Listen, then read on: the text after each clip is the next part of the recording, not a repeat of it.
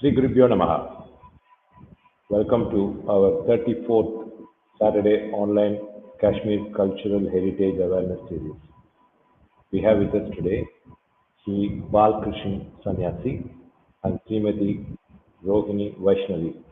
And the topic is Chronicles of Kashmir, Biography of Sri Amarnath Vaishnavi, a book review. We now start with a prayer song by Arya. Arya has already appeared in our program and known to us all. She started learning Carnatic music from age 6 and now a performer. She is also a violinist. Arya is a computer science student. Over to you, Arya. वल्लभनायकस्य वल्लभनायकस्य वल्लभनायकस्य भवतु भवामि वाञ्छितार्थदायकस्य परमूषिकवाहनस्य वल्लभ पल्लवपद मृदुतरस्य पल्लवपद मृदुतरस्य पल्लवपद मृदुतरस्य पाशाङ्कुशादिधरस्य मल्लिकाजाति चम्पकहारस्य मणिमालस्य मल्लिकाजाति चम्पकहारस्य मणिमालस्य वल्लिविवाहकारणस्य गुरुगुहपूजितस्य काळीकला मालिनी कमलाक्षी सन्नुतस्य वल्ली विवाहकारणस्य गुरुगुहपूजितस्य काळीकला मालिनी कमलाक्षी सन्नुतस्य धीं तगिडधीं गमरिग गमदपमागरि सनिनिधपस तदीङ्गिणतों निनिधपस तदीङ्गिणतों वल्लभनायकस्य भवतु भवामि वाञ्छितार्थदायकस्य परमूषिकवाहनस्य Vallabh.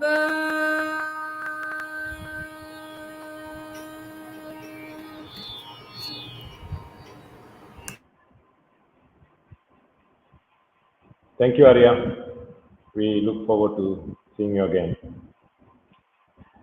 We thank Sri Kanchi Mutt for our ongoing series and offer our namaskaram to His Holiness Sri Shankara Vijayendra Saraswati Swamigal.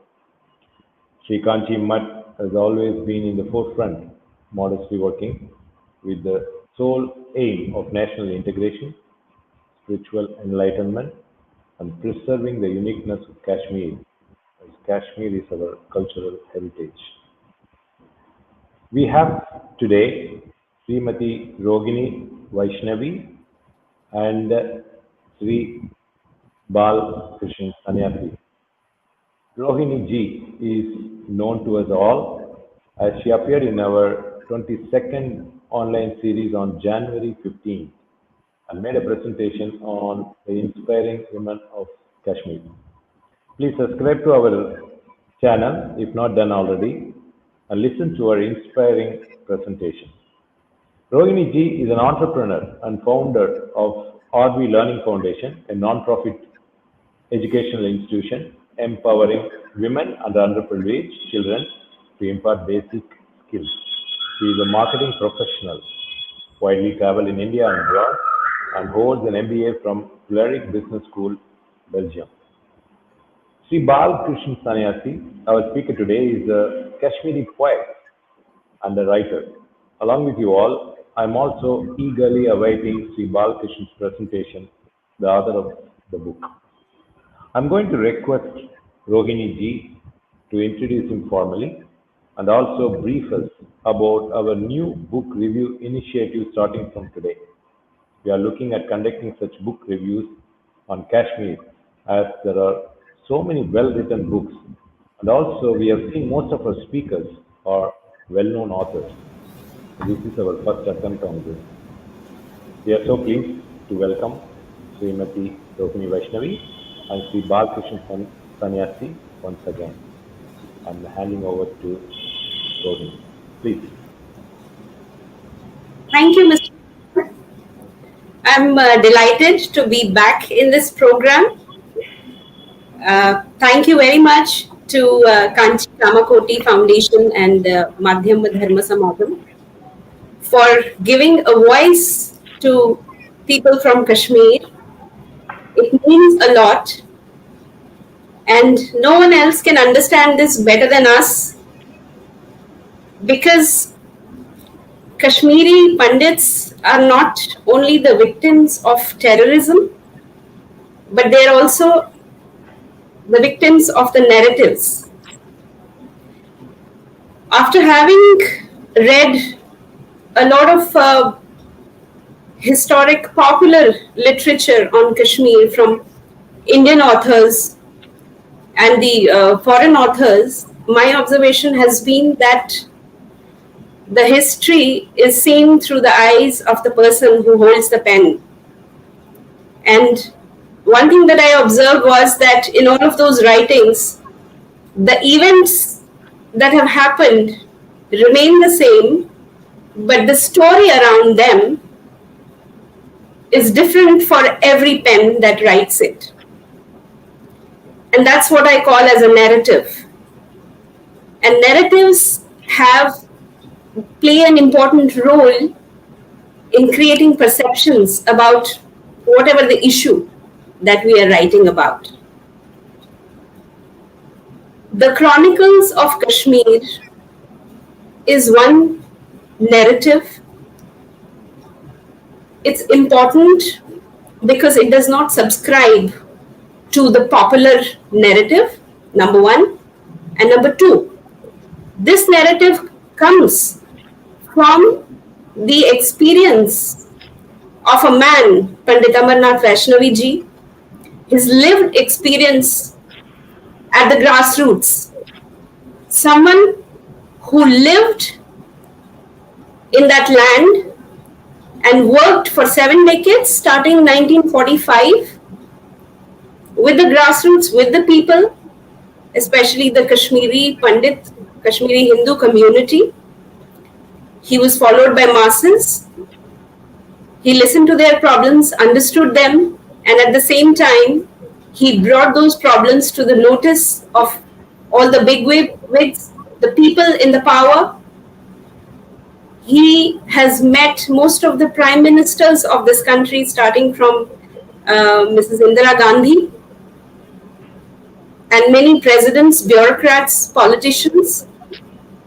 He was associated with some of the major historic movements of Kashmir pertaining to Kashmiri Pandits, maybe the Praja Parishad movement, Kashmiri Pandit agitation, or the mass exodus, and various other events which he has led from the front, in which he has participated and played a key role.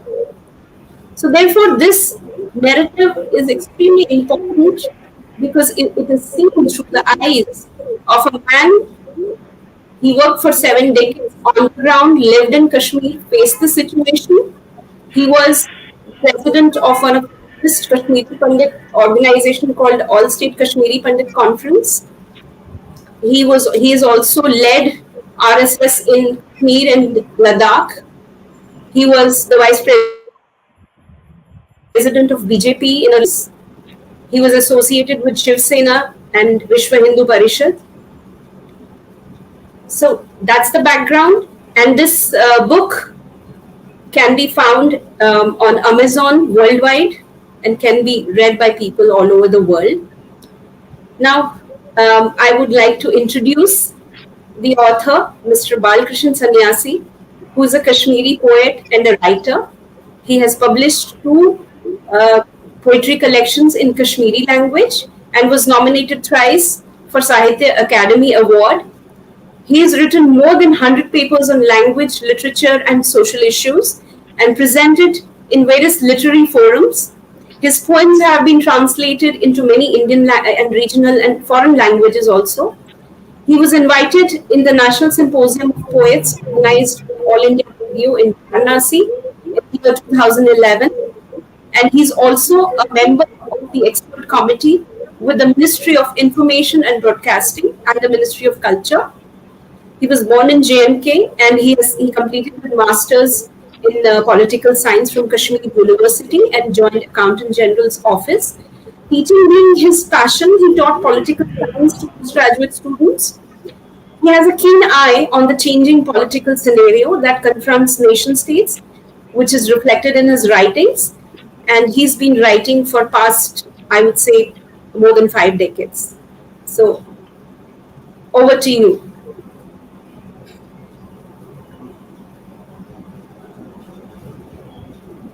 Yes, sir. Please join.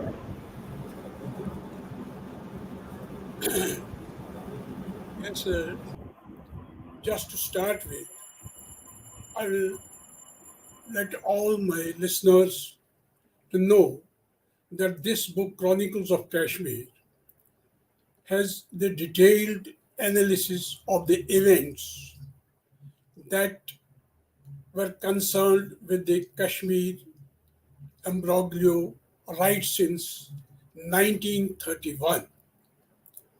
And I, as a Kashmiri, and I, as a writer on Kashmir, I would like to convey that what has happened in 1990, nobody should take it that it was all of a sudden or this was all a spontaneous attempt. No, it was not that.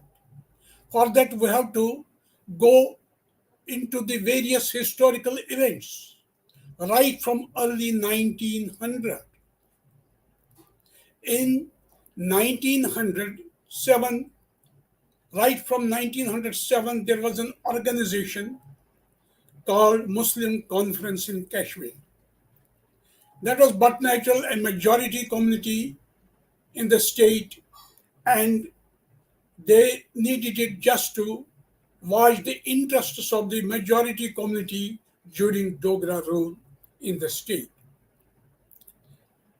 But what happened actually, in due course of time, this organization was practically led by Maulvis.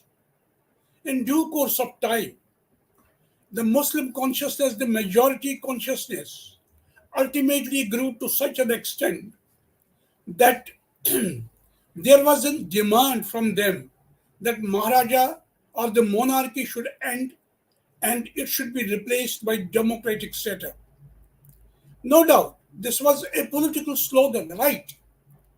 But actually, the psychological orientation of this thought was that majority must come forward. All right.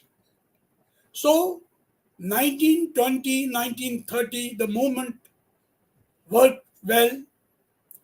In 1930s, Sheikh Muhammad Abdullah, a young man, after completing his masters in chemistry from Aligarh, reached Srinagar. He was from Kashmir, and he actually thought that Maharaja would appoint him as lecturer in a college, but he was appointed as a teacher in a school. This perhaps irritated him, and he, in his youthful age, he decided to join Muslim Conference. He joined Muslim Conference, and the movement against Maharaja grew vigorously. And what happened actually in 1931, though it was called a movement against monarchy in favor of democracy, but on July 13, 1931, this movement, mass movement of the majority community, it turned violent. It turned violent and it crossed all the limits. There were communal flare-up. the shops of the minority communities were looted, they were burnt, and many of the people were killed. The movement got out of hand. Maharaja's police had to come in, and police, when came, there were certain incidents, many were killed in police firing. So, since that day, from 1931, 13 July, till today, this day is celebrated as the Day of Martyrs by the majority community in Kashmir. Whereas the minority both in Kashmir and in Jammu province, they call it a Black Day. So history tells that it is from here we have a clear concept of divergent views. One calling it the Day of Martyrs, the other calling it the Black Day. Both sides' reasons are clear. So these divergent views of opinion, they started coming up. And the leadership of the Kashmiri Pandit community, who are very much alert to watch the developments around them, they took it very serious. They thought that now much more could be in the offing. So their deliberations, their meetings, ultimately they reached to a conclusion that they went to Sheikh Muhammad Abdullah. They met him. They told him that let this Muslim conference be changed into a national conference so that all the communities join it. Sheikh Muhammad Abdullah readily accepted it. He had a benefit in that because he ultimately was of the opinion that he was there to rule the state, whether independently as an independent state or with some other arrangements, but he was sure that he was to rule. And so he accepted it. Here, Kashmiri Pandits thought that they could find some way for their security. And the movement went ahead against Maharaja Hari Singh. But another development took place that was right since the end of 1930 and all along in 1940s. Pandit Jawaharlal Nehru, the tallest leader in the Congress, he developed friendship with Sheikh Muhammad Abdullah. He used to come often to Kashmir to sympathize him in his war, in his fight against Maharaja Hari Singh. This friendship developed further. He used to come many times, and when Sheikh Abdullah was arrested, he used to just fight for him, just plead for his innocence. Anyway, this coming and going upon Jawaharlal Nehru resulted in 1945, when he came again, the Kashmiri Pandit community called him to address them in their vicinity that was called Sheetalna, where Kashmiri Pandit used to assemble on various occasions. They called him to their stage to listen from him. Pandit Jawaharlal Nehru, in his address to the Kashmiri Pandit in 1945, on their stage in Kashmir, told that there remains three options for you. Either to go along with the majority opinion, the way they go, be with them. Or else, better for you is to leave the state, to find your place, your settlement in some other parts of the country. The third was, then if not these two, then be there, face the consequences, see what's going to happen in the future, it will be known to you simultaneously. So these were the three options. And when Kashmiri Pandit understood, they heard his address, and they were terribly, terribly disgruntled. They could not feel the tallest leader from New Delhi, has nothing for them to say, has no concrete thing for them to say. And they could understand a greater struggle for them in the office. This was something which was not accepted. No word of sympathy, no word of any suggestion concrete. Why could have they? Why should have they asked to leave Kashmir when it was their own land?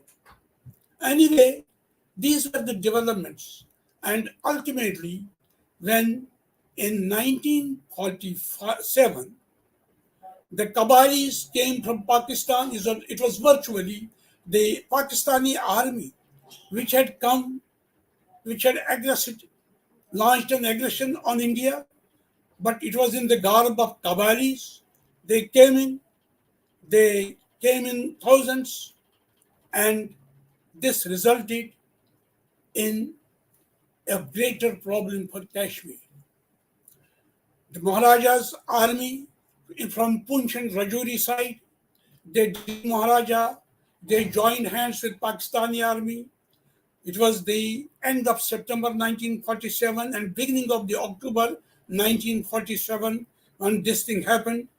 Maharaja requested Pandit Jawaharlal Nehru for arms, for army, but he did not send it because Maharaja had not till then signed the instrument of accession. Why he delayed his signing the instrument of accession? There was reason for that.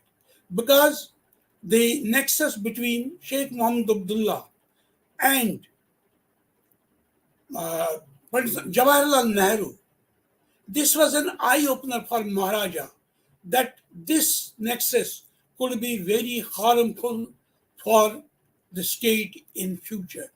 He was in a fix what to do. Otherwise he was a nationalist. He was a patriot from the core of his heart. Anyway, Maharaja, under compelled circumstances, signed the instrument of accession. In the last days of October, army was sent to Kashmir airport by Pandit Jawaharlal Nehru in the last days of October. Till then, Pakistani army had crossed major portion of Kashmir, and they had entered now in the North Kashmir area.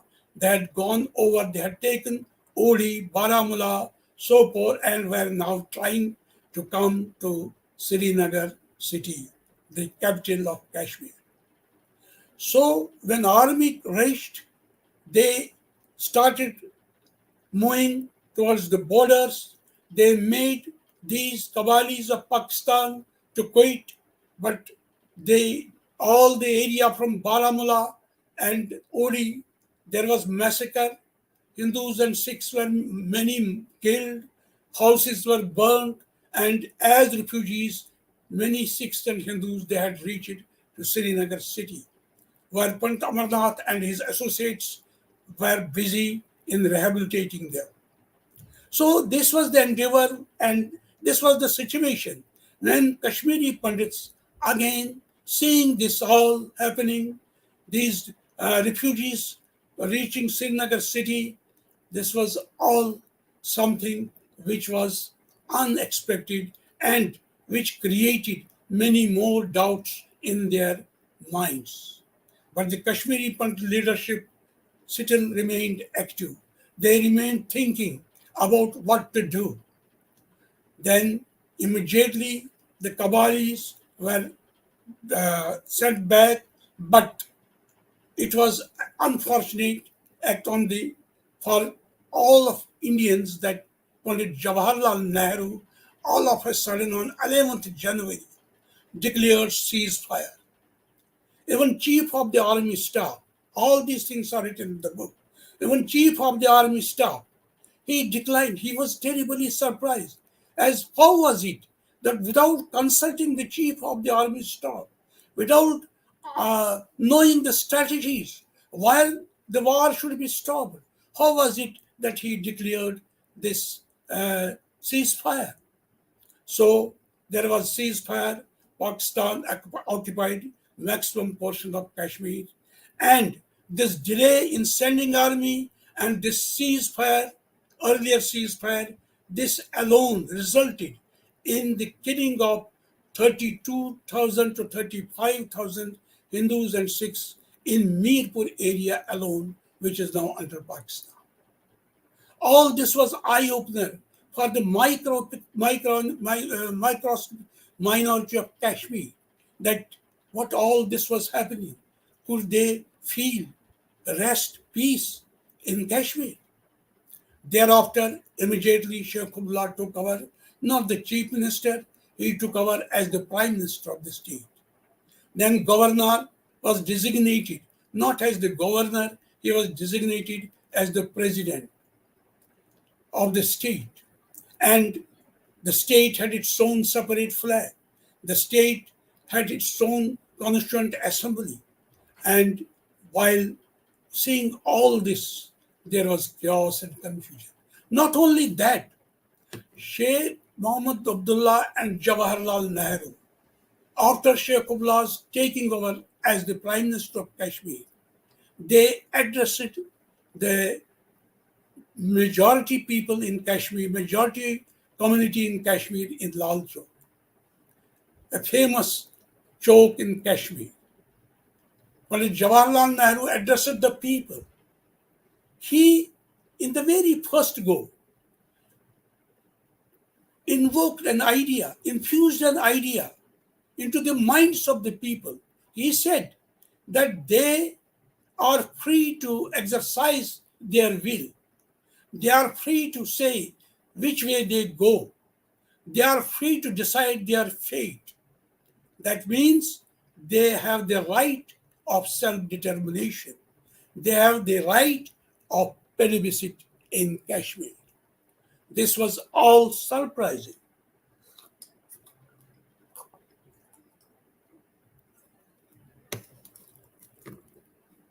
This was another blow to the microscopic minority of the Kashmir. They could not digest it because they thought then there is no future for them. Because there are already divergent views. One in favor of complete merger of the state with India, a patriotic fervor, that is the minorities of Kashmir.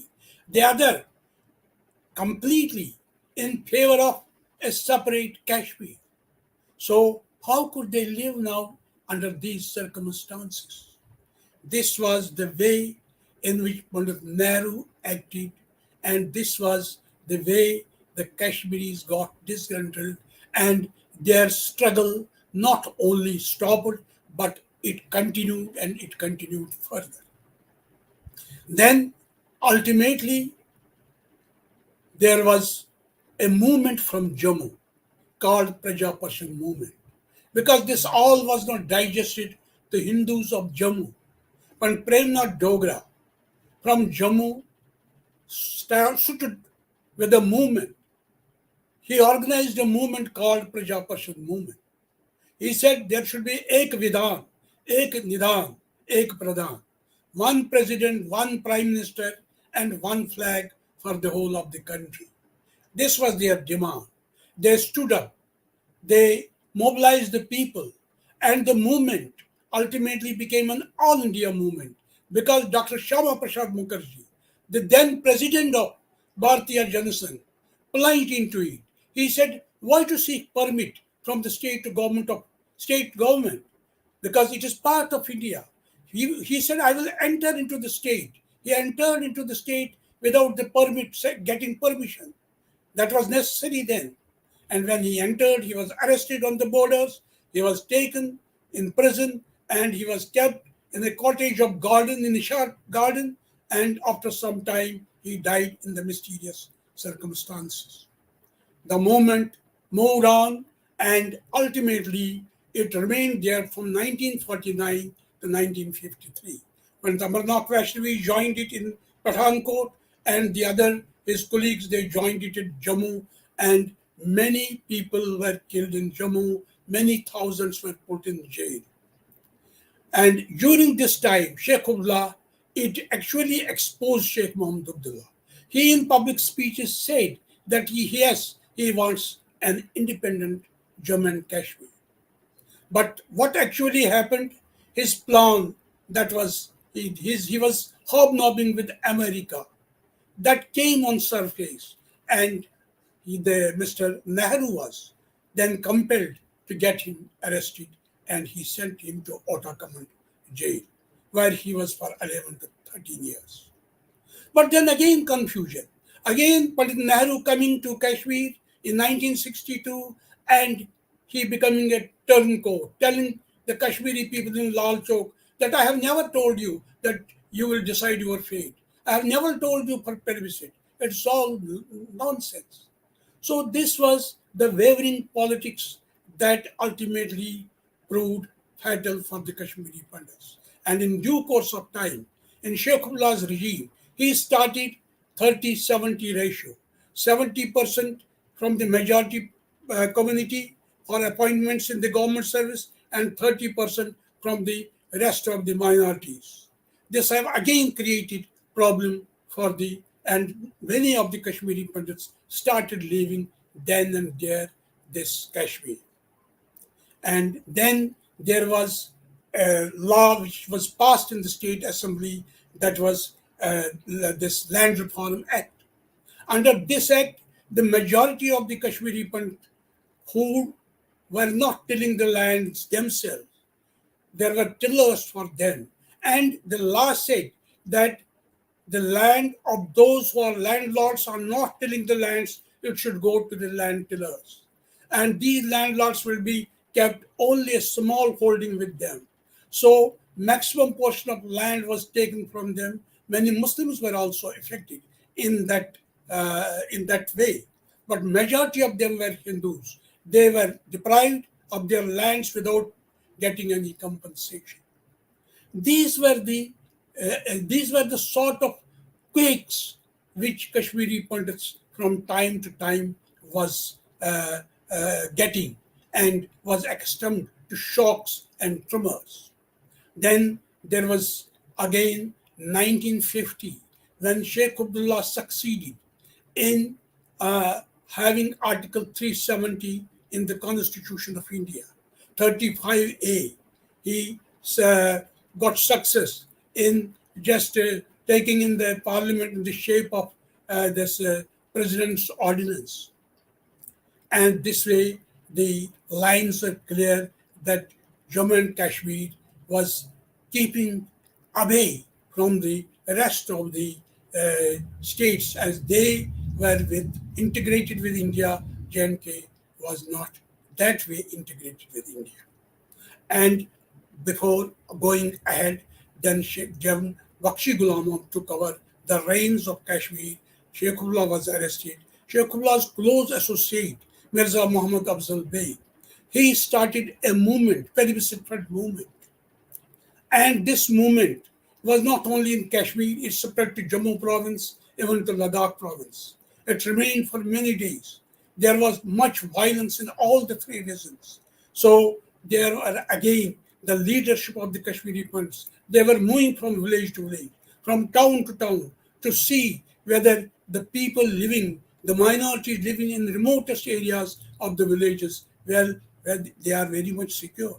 They were even the leadership of the Kashmiri Pandits. They were consulting and meeting the army officers on the borders, telling them that if need be, please help these microscopic minority on the remotest areas of the Kashmir.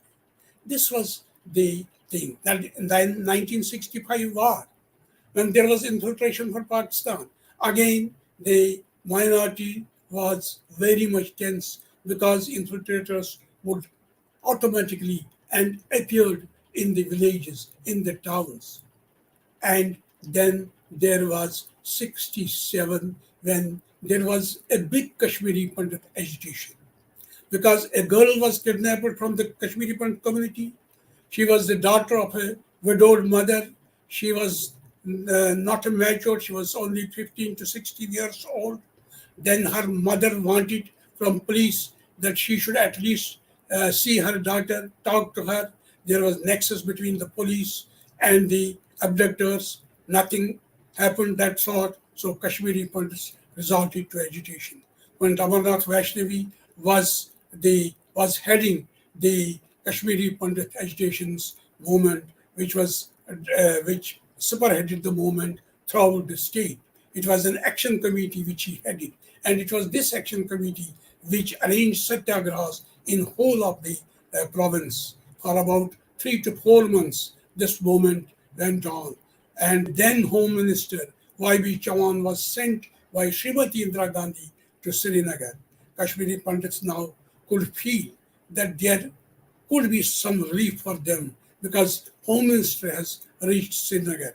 But Home Minister actually made such an attempt that he ultimately made the agitation of the Kashmiri Pandit fail. He made all such activities, all such acts which ultimately resulted in the collapse of the Kashmiri Pandit agitation. And when that happened, then Pandit Amarnath Vaishnavi, the leader of that action committee, he attended a conference in Baroda of Vishwa Hindu Parishad, wherein he said all those details he kept before that assembly of people and told them that since 1931 this committee is in doldrum. It is in nowhere. It has all the risks to cover even in the days ahead.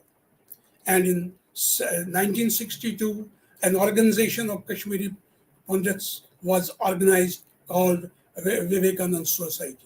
This Vivekanand Society attracted many youths towards it, and these youths were entrusted with the job to have a vision around. And these youths ultimately just got with the clue that radicalization had started going on in Kashmir. Pandit T.N. Dar, the president of Kashmiri Bharati Jansan, came out openly in the press conference and said, there is something very grave in the offing. So the radicalization has started in, but he was arrested. And it was 1972. In 1973, when Amarnath Vaishnavi went to Delhi, he met Srimati Indira Gandhi because many temples were desecrated and a temple of historical importance in his vicinity, Bokat Kishore Bhairavanath Trust Chhatabal, was attacked from all sides with stones on the day when there were religious celebrations going on. Many people were, they got injuries, and 2 persons succumbed to injuries, and even Vaishnavi got himself admitted in hospital. Imagine, the temple was closed, it was locked on 13 July 1973, and it remained under lock up to 1990, and after 90, it was raised to ground. So, again, when he went to Delhi, he talked to Srimati Indira Gandhi. Her reply was that, see, you must behave as big brothers in Kashmir. He was astonished, he was surprised. As how could it be? Madam, we are the microscopic minorities in Kashmir. How could it be that we could behave as big brothers? She replied, no, you belong to the majority community of the country, so you have to be a big brother. He said, we are at the receiving end. We have come for mercy. We have come for solution. And what solution you are giving us to bear? This was the treatment from the government of India, which ultimately humiliated the Kashmiri Pandits. So then in 1980 again, after emergency was lifted, after Srimati Gandhi was again, she came again into power, Pandit Tikalal Tehru and Pandit Amarnath Vaishnavi, they went to Delhi and tried to meet Srimati Indira Gandhi. She could not be available. Then they both met Sanjay Gandhi. He was those days very active youth congress leader. They talked to him for an hour. He heard them and he agreed that yes, a big problem is in the offing in Kashmir. But he told them that he was this time busy with the organizational work and let them come next year, the same month. I will definitely talk to you and we will go for some solution. But alas, that day would come. Before that, Sanjay Gandhi got air crash, and it was not possible. From 1983, one could feel that something bad was happening in Kashmir. But then in 1985, the Kashmiri Hindu youths, they came on the streets. They said that we are not safe here. We feel unsafe, but nobody heard. And the result was in 1986, there was problem. There was communal flare-up in South Kashmir and some of the North Kashmir areas. The Pandits in all those areas, they assembled. They went to the authorities. Nothing happened. And then it was decided that Pandit Amarnath Vaishnavi would lead a delegation to Government of India, to President of India. He went in a delegation along with Ram Gopal Shalwadi, the veteran Arya Samaji leader. And they talked, the delegation talked to President of India and also to the Prime Minister Rajiv Gandhi. Rajiv Gandhi listened everything in cool and calm atmosphere, but then said, no, everything is okay in Kashmir. My Farooq Abdullah, my friend, he has told me that things have come to normalcy. There is no problem. When Amarnath Vaishnavi told him, it is not the problem of today. The problem is grieving. It is brewing. It is of wider magnitude. No. These are the BJP people who are just spreading it. Nothing is there. But what conclusion came? That it is said that history repeats itself. See, in 1947, there was nexus between Pandit Jawaharlal Nehru and Sheikh Mohammed Abdullah. In 70s, there was close nexus between Srimati Indira Gandhi and Sheikh Mohammed Abdullah. And in 86, 80s, it was nexus between Rajiv Gandhi and Farooq Abdullah. This nexus, this ultimately made Kashmir's position suicidal. This created this nexus right from 1947 to 1986. These were the rulers of the Kashmir. They created the situation. They did not bother to see, did not bother to ponder over what was happening, did not bother to listen to all those Kashmiri Hindu leadership, those who were going to them, because this nexus of this type, it ultimately remained there. It crossed all the limits of national interest, and ultimately from 1987, when there were elections, this nexus started, it is alleged, rigging the elections. Because at that time, it was Muslim United Front also, which had come to fight elections. So they defeated them completely. And a result was, it was only for a pinprick for them, for the muff, and they started troubling inside. And here one thing is very important to listen. That is General Ziaul Haq's plan of Topak. He had prepared a plan called Topak. Topak would mean three things. First, to create communal divide in the valley, in the state. Second, to prepare youths with weaponaries and weaponry trainings, weapons trainings. And third, to send mercenaries from Pakistan inside Kashmir. So actually, that was now given because everything was prepared. Weaponry was also there, everything was, communal divide had started, and therefore there was now only one thing, and that started brewing right since the last months of 1988, right from 1989, and in 1989 the killing started, and all that had to come, that started, and ultimately it resulted in the large-scale exodus in 1990. But the struggle of the Kashmiri Pandit, which was there right since 1931, it continued in the aftermath of this exodus. There were no problems. Pandit Amarnath Vaishnavi was now considered the face of the Kashmiri Pandit community. because other tallest leaders of the community, Pandit Tikalal Tepilu, Pandit Premnath Bhatt, they were martyred. And he had the responsibility on his shoulders to mobilize all over India, wherever Kashmiri Pandits were. And then, as Mr. Chamanlal Gulu has recently talked about, how they dealt with all these problems in Delhi and in other places.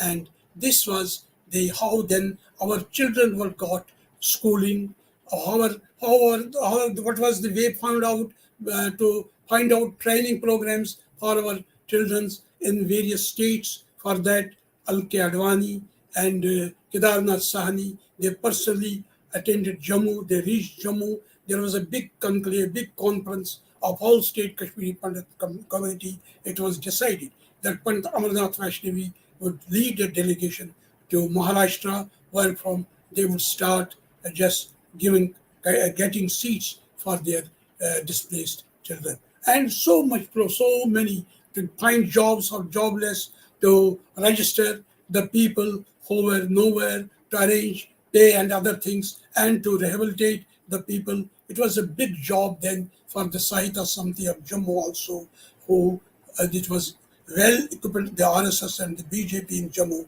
They came to their help, and with the help of ABVP all over the country, this program, this program of the Kashmiri Pandits, which was there to get them settled slowly and steadily. They arranged some type of arrangements came, but the struggle is still continuing. Because there's much to say that what happened, how there was the meeting in Jammu of all the Kashmiri Pandit organizations, and how they unanimously said that there should be a hometown for them. And what was to be done for that when there is no security? How could that be achieved? This is to be seen. And all those problems are settled there. Thank you.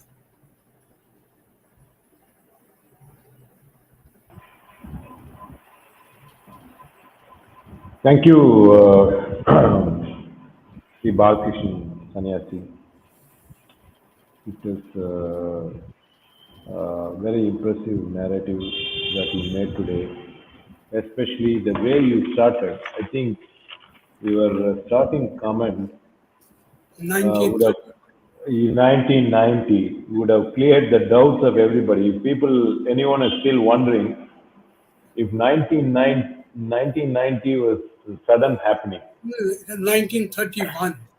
Yeah, but you started, people come to know about 1990 only. We are still talking about 32 years or whatever. 1931. Sorry. Yeah, you clarified, and it was more of, I don't know whether it was a book review or a history lesson for every one of us.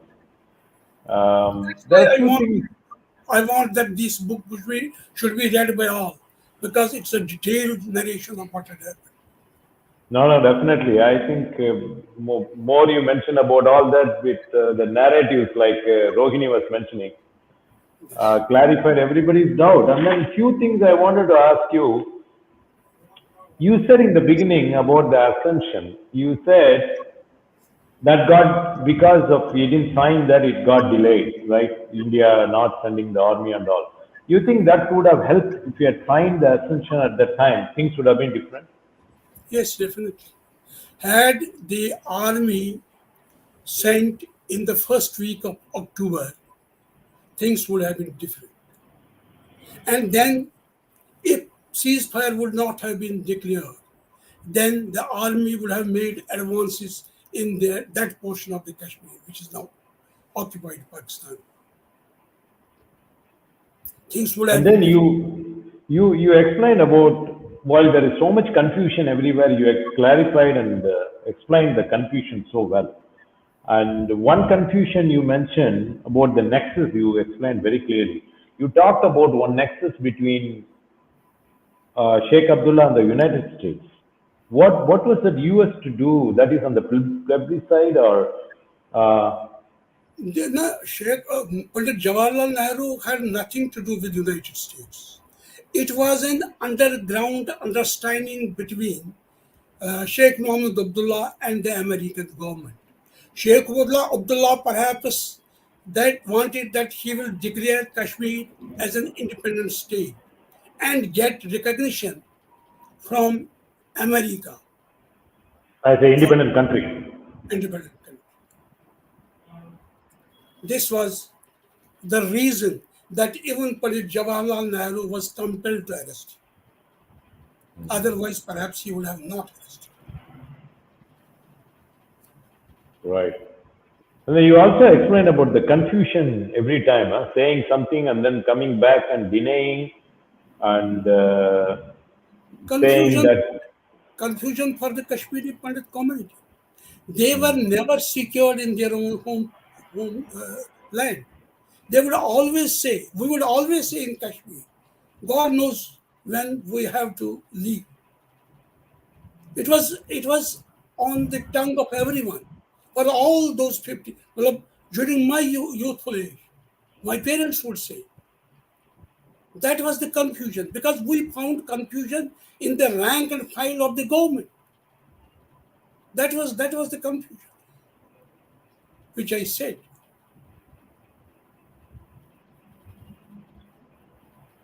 No, you clarified all that.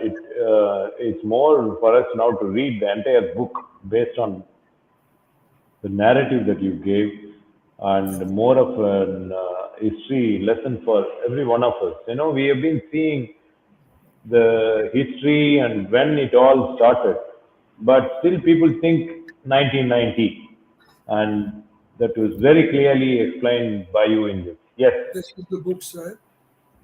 And here is the photograph.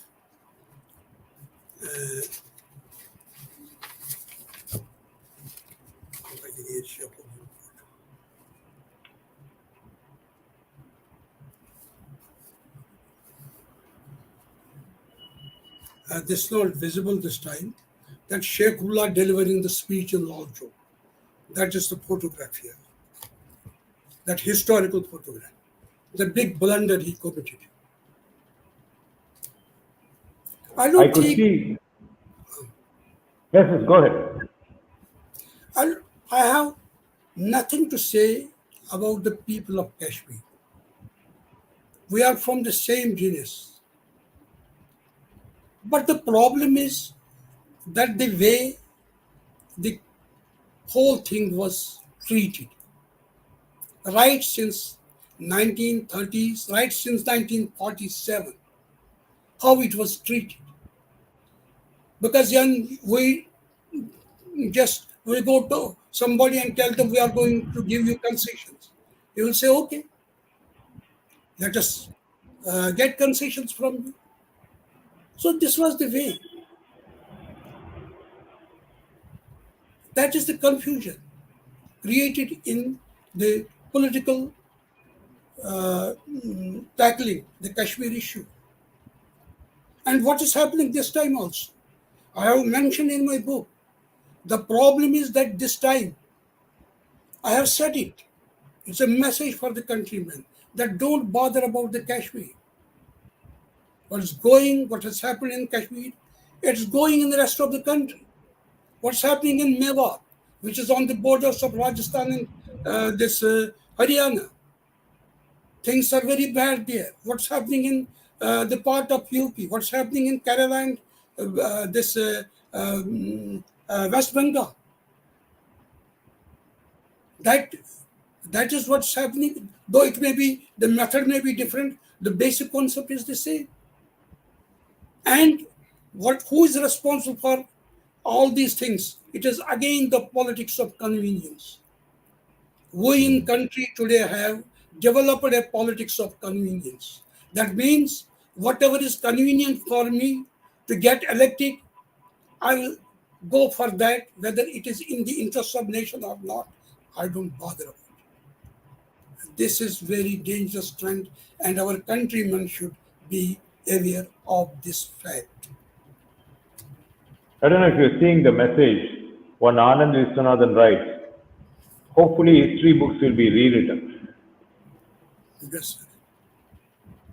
Another message from Ashok Graru. Nationalist people, particularly from Jammu and Kashmir and others worldwide, we'll get insight into the plight of Hindus in this part of the world. I wanted to ask one more question on this. You know about Human Rights Commission and human rights activists. We are very familiar with encounters today, and you probably know the encounter that took place in the southern part of India some time ago. And we know the name of those police officers, and some of them are known to you also. Very popular and well known, highly respected police officers. Encounter means we know he is a guy who is capable of doing that. Whether we approve or not approve, that's not our job to discuss here. But majority is, based on what was going on at that time, approval for encounters. Generally accepted by the people because we know the atrocities. Now, coming to the genocide, which is a major atrocity, even a small encounter, how Human Rights Commission will come forward to talk about that, even in one person is killed. So what was the role, with that 1990 genocide, what we are seeing, what was the role and what did they say about all this? It is clear to everyone that the role of all these agencies, it was all a negative role. There was nothing, no cry, no discussion, nothing of that sort, that any one agency, any one member of any human rights commission coming to Kashmir, coming to Jammu, talking to our leaders, accepting our plea, then going back with our plea and just start discussing it somewhere else. Nothing. There was total silence. Total silence. I remember when our artists, budding artists, during 90s, middle of 90s, they went to Delhi, just attended the art exhibition along with their paintings. The pseudos, particularly the Marxist type of artists, they even did not see towards them because they are from Kashmir and they are Kashmiri Hindus. This was the position. I'm afraid to say that those who call themselves were the progressives, what the progressivism means. This was happening about we people.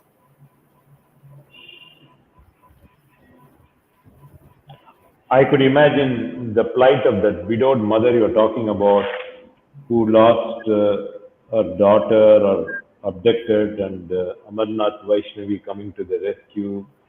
There could have been so many incidents like that, right? Some of And it them was are not talked. 1967. Then things were different. Now things are Right. different. This was. And then you also mentioned Amarnathji's concern about Kashmir would mean his concern about the country as a whole. How can you translate the emotion of such a great leader Just now, into a valuable message for rest of us? just now I hinted towards it. What he would always say, he would say that it is very unfortunate that we have got a legacy right since early 90s from our leadership who were fighting for the cause of independence.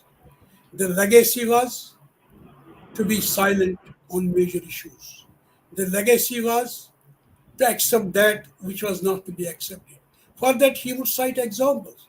He would say the partition of Bengal in 1905-1906, its aftermath.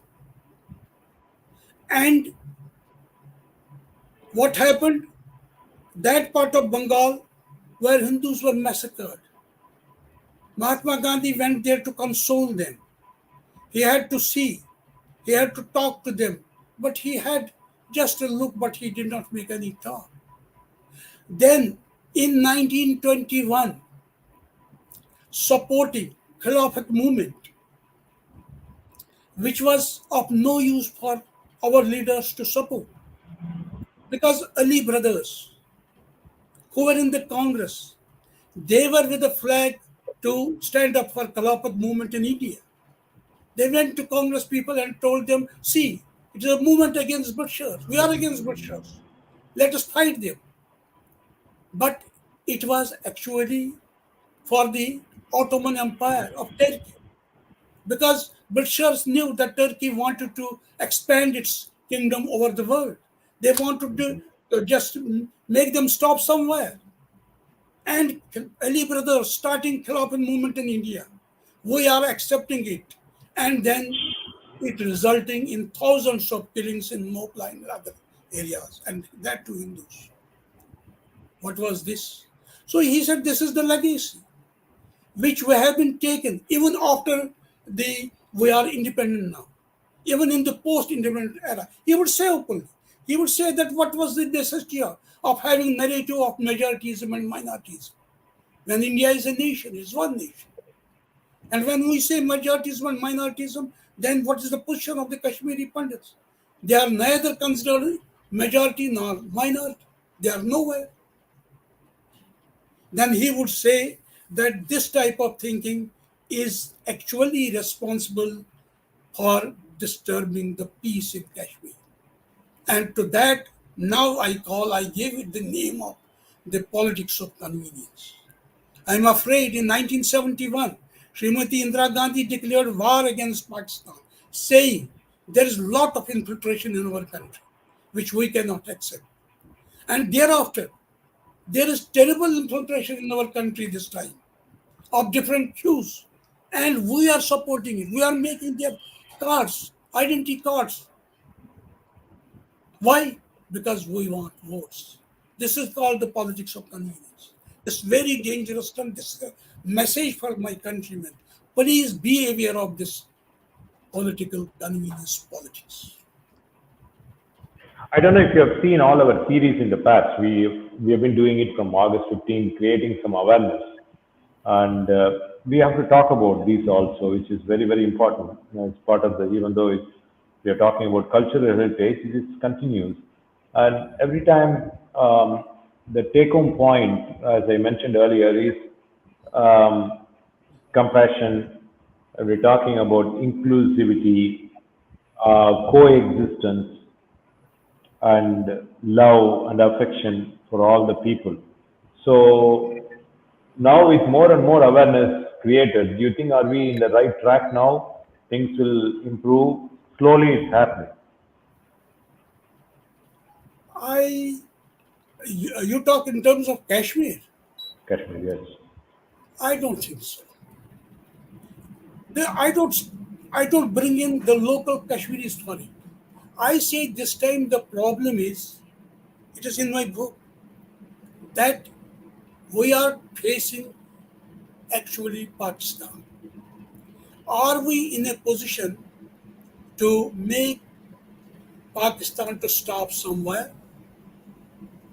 And this time there is a movement, as Mr. Kashinath Pandita, a great Kashmiri Pandit scholar, he said, we are leading towards Ghazwa-e-Hind. He said Turkey openly saying, Turkish president openly saying in Pakistan that see, Pakistan is our helper and we cannot forget our role in Kashmir. Then what is the plan of Ghazwa-e-Hind? As a student of political science and history, it is all to start from Afghanistan, if it is true to some extent. And what are happening on that Afghanistan borders? And then what is the role of China now? Had we fought a war with Pakistan in 1990, it would have been of greater relief for us. Now it's a big problem. So we go to Kashmir. Let us have going and coming. But recently we are saying what's happening. Who is doing it? Not locals, it's coming from Pakistan is doing it. And their think tank working in Kashmir, they are doing it. So it's a big issue. I don't think things will become so easier. I'm in touch with several Kashmiri Pandits. More than 30, 40 people have appeared in our program, and we are going to continue till July. And this is creating a lot of awareness and gaining some traction and hope. One day things will improve, and that will Let's be hope. very Let's soon. hope. Let's hope. And I hope we are contributing in a very small way. Whatever Kanji Mutt has been working on this right from 1940s. I've seen some old diaries where they have arranged assistance for Kashmiri Pandits or Kashmir in 1947. I've seen in one diary. So Yes. it's not just we started now. We are continuing the journey, we should say. So I don't think you would have covered the entire book, and I'm sure we will try to have you more in our program. It is a very interesting narrative, and I see one more comment here. Lots of information on Jnanam is writing Thank about your program. So we will plan one more session, and we are running out of time. And once again, I want to thank you for your time and appearing in your program. Thank you, sir. Thank you, and I will talk to you again. Namaskar.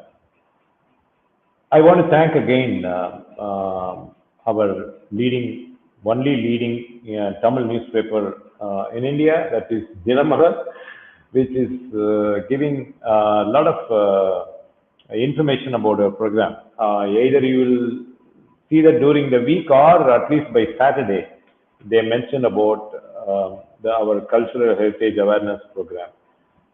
If people who are joining us today have not subscribed, please subscribe and you will get reminders about our Saturday program. We always meet on Saturdays, 7 to 8 p.m. and we will send the details, post details in Twitter and Facebook and YouTube channels.